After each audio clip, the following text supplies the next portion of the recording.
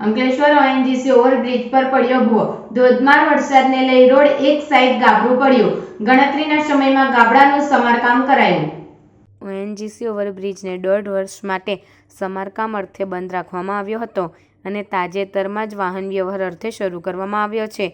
ત્યારે પ્રથમ ચોમાસામાં જ બ્રિજ પર પાણી નિકાલનો માર્ગ ના મળતા એક તરફ ગાબડું પાડી દીધું હતું. જોકે ઇજારદાર દ્વારા ત્વરિત અસરથી ગાબડું પૂરી દીધું હતું. અંકલેશ્વરમાં આવેલો ઓએનજીસી ઓવરબ્રિજ મહત્વના ઓવરબ્રિજ પર ભૂવો પડ્યો હતો. ધોધમાર વરસાદમાં પાણી નિકાલનો રસ્તો ના મળતા પાણીએ એક તરફ ગાબડું પાડી દીધું હતું. અંકલેશ્વરમાં છેલ્લા 4 દિવસથી વરસાદી માહોલ જોવા મળી રહ્યો છે. ત્યારે વરસાદી માહોલમાં અંકલેશ્વર શહેરથી જીઆઈડીસીને જોડતા મહત્વના ઓએનજીસી ઓવરબ્રિજ પર ગાબડું પડ્યું હતું. ઓએનજીસી ઓવરબ્રિજને 1.5 વર્ષ માટે સમારકામ અર્થે બંધ રાખવામાં આવ્યો હતો અને તાજેતરમાં જ વાહન વ્યવહાર અર્થે શરૂ કરવામાં આવ્યો છે. ત્યારે પ્રથમ ચોમાસામાં જ બ્રિજ પર ગાબડું પડતા બ્રિજ ચર્ચાનો વિષય બન્યો છે.